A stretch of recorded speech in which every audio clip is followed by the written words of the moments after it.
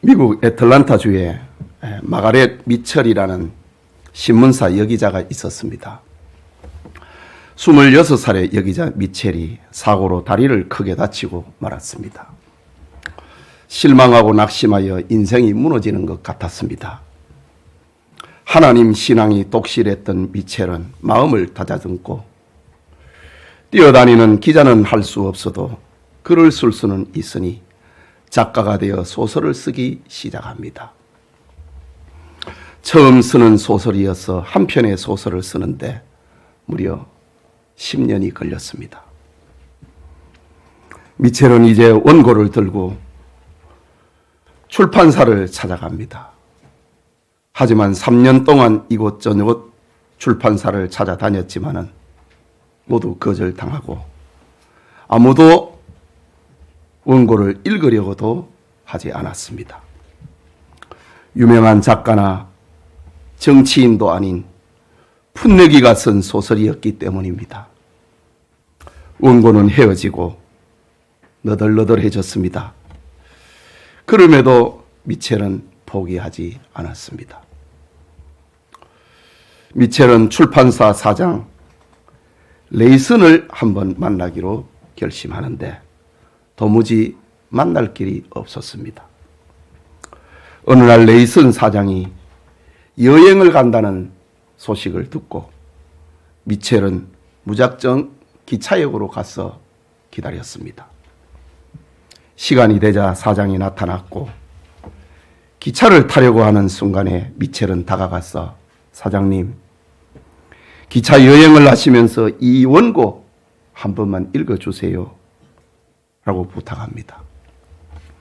사장은 다리를 저는 여자가 부탁을 하니 거절할 수 없어 원고를 받아 가방에 넣었습니다. 하지만 사장은 바쁘다는 이유로 그 원고를 읽지 않았습니다. 여행을 마치고 집에 돌아오니 집 앞에 전보가 하나 놓여 있었습니다. 원고를 한 번만 읽어주세요. 미첼로부터 라는 전보였습니다. 몇 달이 지나고 난 다음에 미첼은 원고를 한 번만 읽어주세요. 미첼로부터 라는 전보를 또다시 보냈습니다. 몇 달 후에 미첼은 원고를 한 번만 읽어주세요. 미첼로부터 라는 전보를 또 보냈습니다. 하지만 출판사 사장에게 이런 전보는 흔한 일이었기에 대수롭지 않게 여겼습니다. 하지만 레이슨 사장은 무슨 사연이 있길래 이렇게 간절하게 전보를 보내는가 생각을 해보니 오래전에 기차역에서 다리를 절면서 다가와서 부탁을 하던 중년 부인의 얼굴이 떠올랐습니다. 레이슨은 너덜너덜한 원고를 찾아서 읽기 시작했습니다. 원고는 미국 남북 전쟁을 배경으로 한 소설이었고 레이슨 사장은 소설에 빠져들었습니다. 결국 출판을 하는데 하루에 5만 권이나 팔리는 100년 전에 베스트셀러가 되었습니다. 그리고 이 작품은 1937년 풀리처 상을 받게 된 바람과 함께 사라지다 라는 소설이었습니다. 미첼의 포기하지 않는 열정이 결국 축복의 길을 만들어낸 것입니다. 신앙생활이나 신앙의 경주도 이와 다르지 않습니다. 2024년의 새해를 맞이하는 이 시간, 열심을 품고 주를 섬기라 라는 제목으로 하나님의 말씀 받고자 합니다. 하나님의 은혜가 우리 중에 함께 하시기를 소원합니다. 오늘 말씀 속에서 먼저 우리는 성도는 주님을 섬겨야 한다 라는 말씀을 받게 됩니다. 11절 후반부에 주를 섬기라고 했습니다. 이 말씀의 본뜻은 주님께 섬김을 다하여라 라는 뜻입니다. 즉 섬김의 대상은 오직 주님이고 섬김의 자세는 다 하는 것입니다. 이런 모습과 자세를 모세는 신명기 6장 5절에 너는 마음을 다하고 뜻을 다하고 힘을 다하여 내 하나님 여호와를 사랑하라 라고 구원받은 출애굽한 이스라엘 백성들에게 가르쳤습니다. 다윗은 왕위를 물려받는 솔로몬에게 마지막 유언을 하면서 역대상 28장 9절에 내 아들 솔로몬아 너는 네 아버지의 하나님을 알고 온전한 마음과 기쁜 뜻으로 섬길지어다 라는 유언을 솔로몬에게 들려주었습니다. 사도 바울은 고린도전서 10장 31절에 너희가 먹든지 마시든지 무엇을 하든지 다 하나님의 영광을 하라는 권면에서 주님께 섬김을 다하라고 가르쳤습니다. 여러분, 구약 역대기는 유대 왕들의 기록인데 구대왕 아마시아에 대한 평가를 성경은 여호와께서 보시기에 정직하게 행하기는 하였으나 온전한 마음으로 행하지는 아니하였더라고 성경은 기록합니다. 여호와 보시기에 정직하게 행하기는 하였으나 온전한 마음으로 행하지는 아니하였더라고 합니다. 온전한 마음으로 행하지 않았다고 하는 것은 하나님께 마음과 뜻과 정성을 다하지 않았다는 말입니다. 하나님이 받으실 만한 섬김의 삶을 아마시아 왕은 살지 않았다는 말입니다. 성도의 신앙생활, 교회 생활은 이처럼 목표를 잃어서는 안 됩니다. 우리의 신앙과 섬김의 대상은 영죽을 죄에서 우리를 구원하시고 우리를 자녀 삼으시고 우리에게 영생을 주신 오직 하나님이 우리의 섬김과 신앙의 대상이어야 합니다. 그 하나님께 우리는 마음을 다하고 뜻을 다하고 힘을 다하여 섬겨야 되는 것입니다. 그 하나님께 먹든지 마시든지 무엇을 하든지 하나님께 영광을 돌려야 하는 것입니다. 이유는 사나 죽으나 우리는 주님의 것이 되었기 때문입니다. 영죽을 죄에서 우리를 구원하시고 하나님의 자녀가 되게 하셨으니 우리는 살아도 주를 위하여 살고 죽어도 주를 위하여 죽나니 사나 죽으나 우리는 주님의 것이 되었기 때문에 주님께 섬김을 다하여야 하는 것입니다. 여러분, 초대 교회사에 율리오라고 하는 사람이 있었습니다. 이 사람은 독실한 신앙을 가졌기에 사람들로부터 성자로 칭송받기도 했습니다. 어느 날 율리오가 꿈을 꾸었는데 꿈속에 천사 같은 한 사람이 찾아왔습니다. 율리오는 그 사람에게 자기의 섬김을 은근중에 자랑하기 시작했습니다.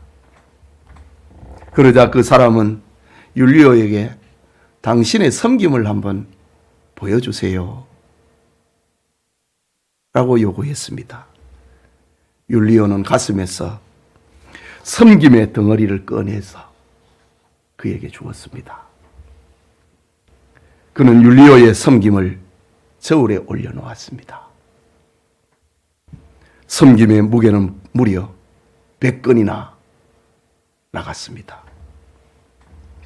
저울을 쳐다본 율리오는 흐뭇했습니다. 흡족했습니다.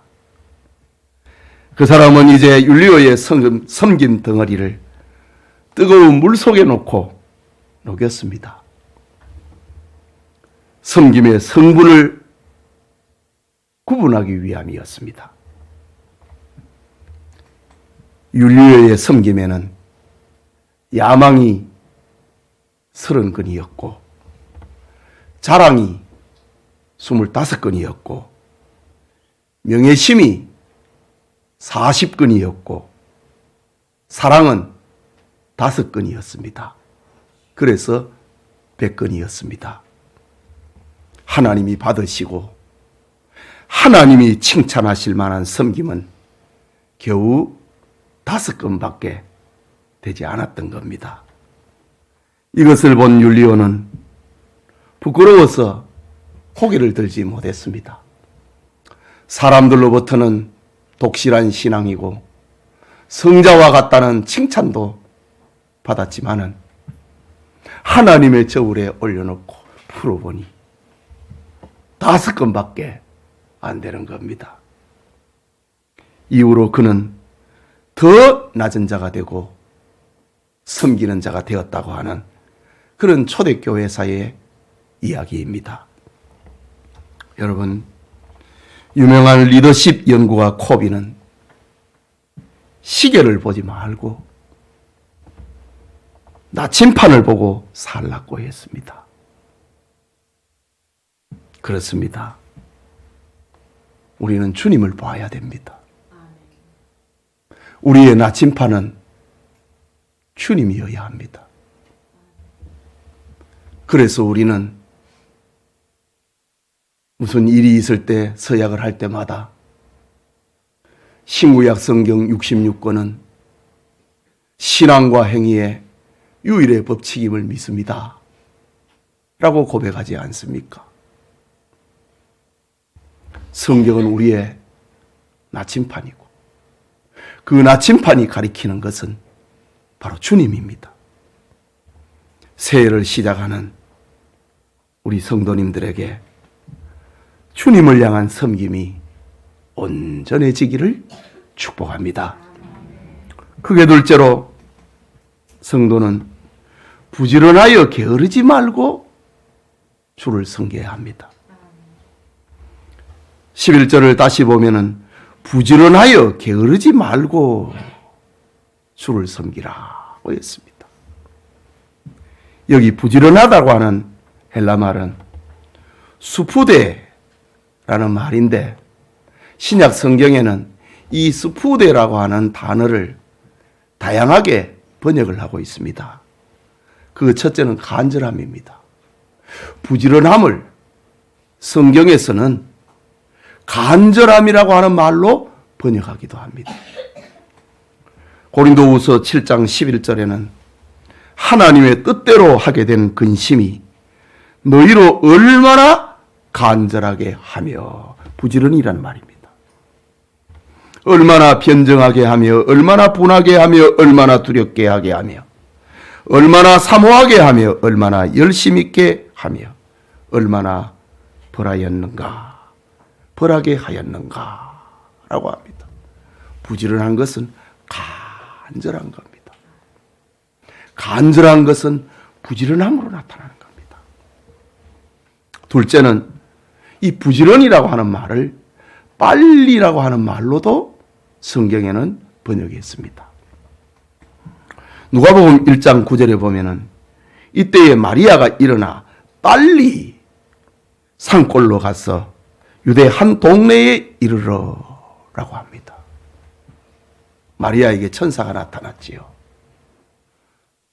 너 태중에 성령으로 잉태된 아이가 있다 라고 하십니다.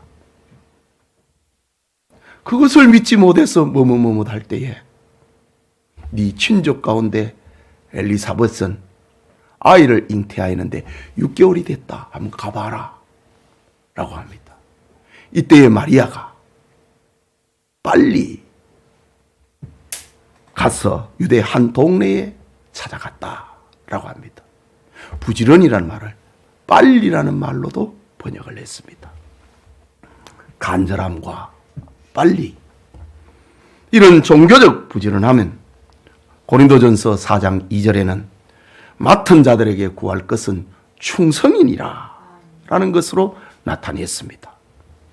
에베소서 5장 16절에는 세월을 아끼라, 때가 악하니라 라는 말씀으로 연결이 되었습니다. 맡겨진 일에 대해서 세월을 아끼며 충성하는 것이 바로 부지런함입니다. 바울은 주님을 섬기되 부지런히 주님을 섬기라고 합니다. 그것이 우리의 삶의 가치라는 거지요. 일의 결국을 다 들었으니 하나님을 경외하고 그 명령을 지킬지어다. 이것이 사람의 본분이리라 라고 솔로몬은 유언으로 그렇게 남깁니다. 주님을 섬기는 것이 사람의 본분이고 주님을 섬기는 것이 우리를 흑자 인생으로 만들어내는 것이라는 말입니다. 계속해서 성경은 게으르지 말고 주를 섬기라고 합니다. 게으름이라고 하는 헬라말 오크네포스는 근심이나 걱정 또는 부끄러움을 인하여서 늑장을 부리는 것, 이렇게 사전적으로는 해석을 합니다. 게으름, 근심이나 걱정 때문에 늑장 부리는 것, 부끄러움으로 인하여서 늑장 부리는 것, 이걸 게으름이라고 합니다. 게으름에 대한 경고는 성경 잠언에 수없이 기록하고 있는데, 잠언 6장 9절에 게으른 자여 네가 어느 때까지 누워 있겠느냐, 네가 어느 때에 잠이 깨어 일어나겠느냐 라고 했습니다. 잠언 21장 25절에는 게으른 자여, 게으른 자의 욕망이 자기를 죽이나니 이는 자기의 손으로 일하기를 싫어함이니라. 게으름의 욕망은 자기를 죽인다고 합니다. 잠언 20장 4절에는 게으른 자는 가을에 밭 갈지 아니하나니 그러므로 거둘 때에는 구걸할지라도 얻지 못하리라. 게으른 자는 뜻을 이룰 수 없다는 말입니다. 잠언 26장 13절에서 16절에는 게으른 자는 길에 사자가 있다, 거리에 사자가 있다 하느니라. 이 자꾸 핑계를 댄다 이거죠. 이유를 댄다는 거죠. 문짝이 돌짝이를 따라서 도는 것 같이 게으른 자는 침상에서 도느니라. 게으른 자는 그 손을 그릇에 넣고도 입으로 올리기를 괴로워하느니라. 게으른 자는 사리에 맞게 대답하는 사람 7보다 자기를 지혜롭게 여기느니라고 합니다. 지혜로운 사람, 이치에 맞게 말을 들려주고 있는 지혜로운 사람 7명보다도 자기가 더 지혜롭다고 합니다. 그게 게으른 자의 특징이라는 말이죠. 잠언 성경에서 말하고 있는 게으름의 결과는 마음으로 원하고 구결하여도 얻지 못할 것이라고 합니다. 게으른 자는 잠자는 것을 좋아합니다. 게으른 자는 지혜로운 사람 7보다 자기가 더 지혜롭다고 생각합니다. 게으른 자는 남의 종이 됩니다. 게으른 자는 가난하게 됩니다. 결국 게으른 자는 있는 것까지도 빼앗기고 하나님의 책망을 받고 맙니다. 한 달란트 받은 자에게 주님의 책망이 무엇입니까? 이 악하고 게으른 종아라고 했습니다. 게을렀다 이거지요. 그래서 톨스토이는 게으른 자의 머리는 악마가 살기에 가장 좋은 것이다, 가장 좋은 곳이다 라고 말을 했습니다. 토마스 브룩스는 게으른 자의 영은 언제나 하나님의 교회에 손해를 끼치는 영이다 라고 정의했습니다. 파스칼은 사람에게는 두 가지 큰 죄악이 있는데 하나는 교만이고 하나는 게으름이다 라고 말했습니다. 여러분, 우리는 하나님의 은혜로 구원인이 되고 성도가 되었으니 하나님으로부터 큰 은혜를 받은 자가 되었으니 부지런하여 게으르지 말고 주님을 섬기는 은혜가 새해에 우리에게 있기를 축복합니다. 마지막으로 성도는 열심을 품고 주를 섬겨야 합니다. 11절이지요. 열심을 품고 주를 섬기라고 했습니다. 여기 열심이라고 하는 말은 제오라는 말인데 이건 삶는다, 끓인다, 뜨겁다 라는 단어에서 나온 말입니다. 우리말 성경에는 성약이 생략이 되어 있지만은 원문 성경에는 열심 앞에 단어가 하나 더 있습니다. 그 단어는 성령 안에서 라는 말입니다. 엔 푸뉴마티. 성령 안에서 열심을 내라고 합니다. 성령 안에서 주를 섬겨야 하나님이 받으시는 열심이 됩니다. 인간의 노력과 인간의 열심은 곧 식어버립니다. 인본주의가 되고 맙니다. 그러나 성령으로 뜨거워진 열심은 쉽게 식지 않는 하나님이 받으시는 열심이 되는 겁니다. 열심을 품고 성령 안에서 성령으로 열심을 품고 주를 섬기라 라고 합니다. 이게 본분이라 이거지요. 우리나라 칼빈주의 신학자 한철아 박사는 기독교는 열심의 종교이다 라고 정의하면서 나의 신학은 열심의 신학이다 라고 학생들을 가르쳤습니다. 이유는 열심을 잃은 칼빈주의 신학은 설 자리가 없다는 거지요. 칼빈주의 신학이, 개혁주의 신학이 그렇게 아름답고 그렇게 완벽해도 열심이 없으면, 이론적으로 교리적으로 아무 하자가 없어도 열심이 없으면 그건 죽은 신학이라고 했습니다.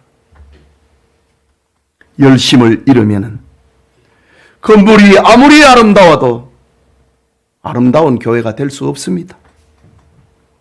죽은 교회가 됩니다. 오랜 연조를 가진 신앙인이라도 열심을 잃으면 그 믿음은 죽은 것입니다. 요한계시록 3장 15절에 예수님이 말씀하십니다. 내가 네 행위를 아노니 네가 차지도 아니하고 뜨겁지도 아니하도다. 네가 차든지 뜨겁든지 하기를 원하노라 라고 경고했습니다. 디도서 2장 14절에는 그가 우리를 대신하여 자신을 주심은 모든 불법에서 우리를 속량하시고 우리를 깨끗하게 하사 선한 일을 열심히 하는 자기 백성이 되게 하려 하심이라. 주님이 우리를 위해서 십자가를 지신 이유는 선한 일을 열심히 하는, 열심으로 주를 섬기는 자기 백성이 되게 하려고 주님께서 십자가에 죽으셨다고 했습니다. 베드로전서 3장 13절에는 또 너희가 열심으로 선을 행하면 누가 너희를 헤아리요. 성령 안에서 열정을 가지고 있는 성도는 헤아릴 자가 없다는 말입니다. 히브리서의 표현대로 빌리자면 세상이 감당하지 못할 자가 된다는 말입니다. 성령 안에서 열심을 내면 해할 자가 없다. 세상에 감당할 자가 없다고 합니다. 신앙생활에 주를 향한 섬김의 열심은 그것은 선택이 아니고 필연이라는 것입니다. 우리 중에 신앙생활에 열심을 잃은 분이 있습니까? 다시 열심을 나타내기를 바랍니다. 성령 안에서 다시 열심을 품고 주를 섬기시기를 바랍니다. 예배에 참석하는데 성령의 불을 아는 사람이 되기를 바랍니다. 찬송할 때에, 기도할 때에, 봉사할 때에 가슴에 성령의 불을 안고 주를 섬기는 교우들이 되기를 바랍니다. 열심을 잃고 그냥 종교인으로 교회에 들락날락하는 사람에게 주님께서는 미지근하여 뜨겁지도 아니하고 차지도 아니하니 내 입에서 너를 토하여 버리리라 라고 경고하고 있습니다. 열정이 없는 찬송, 주님이 토하신다고 합니다. 열정이 없는 기도, 토하신다고 합니다. 열정이 없는 예배, 주님이 토하신다고 합니다. 진정한 예배가 아니라는 말이지요. 참된 기도가 아니라는 말이지요. 하나님이 받으시는 찬송이 아니라는 말이지요. 하나님으로부터 토해지고 말까. 열심을 잃어버린 겁니다. 열심을 품고 주를 섬기라. 이건 선택이 아닙니다. 필수고 필연입니다. 새해에 성령 안에서 열심을 품고 주님을 섬기는 우리 교우들이 다 되시기를 축복합니다. 송구영 씨라는 성도 여러분, 로마서를 기록한 사도 바울은 1장에서 11장까지는 구원의 교리를 전했습니다. 그리고 12장부터는 그 구원의 교리를 믿는 구원받은 성도들의 삶을 교훈하고 있습니다. 바로 그 삶을 이야기하고 있는 12장에서 바울은 열심을 품고 주를 섬기라고 권면하고 있습니다. 열심을 품고 주를 섬긴 사람 중에 고려파 교회의 선배이신 장기려 박사님의 이야기로 오늘 설교를 매듭 지으려고 합니다. 우리나라 최고 외과 의사이신 장기려 박사님이 85살에 소천하실 때 언론은 그를 가리켜 한국의 슈바이처다, 살아있는 작은 예수다 라면서 그의 죽음을 애도하고 그의 삶을 칭송했습니다. 장 박사님은 열심을 내어 오직 주만 섬기며 충성스럽게 살았는데 이북 출신입니다. 1947년 김일성대학 부속병원 외과 과장으로 부임을 하는데 공산 치하에 있었지만은 그는 주일에는 일할 수 없다고 하는 조건으로 김일성대학의 의과대학 외과 과장에 부임합니다. 열심을 품고 주를 섬겼습니다. 1948년 8월에 평양 상정령교회에서 장로가 되는데 그의 삶의 좌우명은 예수를 본받고 섬기자라는 것이었습니다. 그리고 6.25 동란이 일어나자 그는 부산 육군병원 외과에서 근무하시고 부산 보건병원 초대 원장 등 우리나라 외과 의술 발전에 큰 역할을 하신 장로님입니다. 장 박사님은 자기가 칭송을 받거나 섬김 받기를 싫어했고 오직 주님을 높이고 주님만을 섬기기를 좋아했습니다. 그래서 장 박사님이 임종하기 전에 자기 묘비병을 이렇게 써달라고 했습니다. 오직 주를 섬기고 간 사람. 그가 얼마나 주를 섬기는 삶에 목표를 정하였으면 내 묘비명에 이렇게 써달라고 말할 수 있을까요? 오직 주를 섬기고 간 사람. 이런 비문을 써달라고 부탁을 했습니다. 장 박사님은 부인과 자녀들을 평양에 두고 온 아픔을 가슴에 간직하고 살았습니다.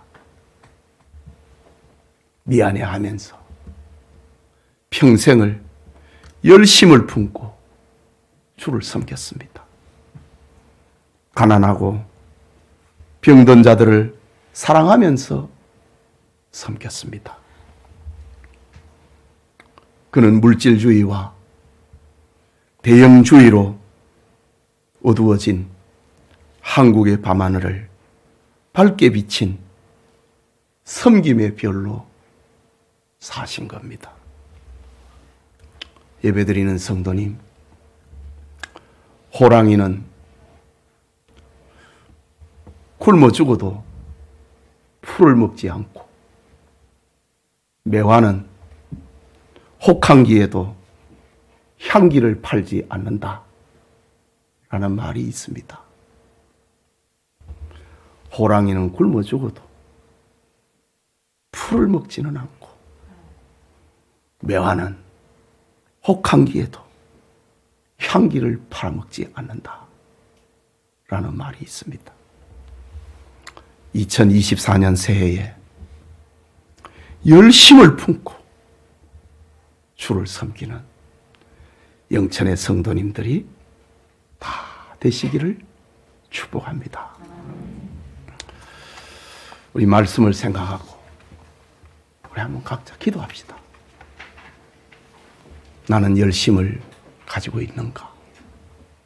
성령 안에서 열심을 가지고 있는가? 부지런하여 게으르지 말고 주를 섬기라고 했는데 나는 놓친 것은 없는가?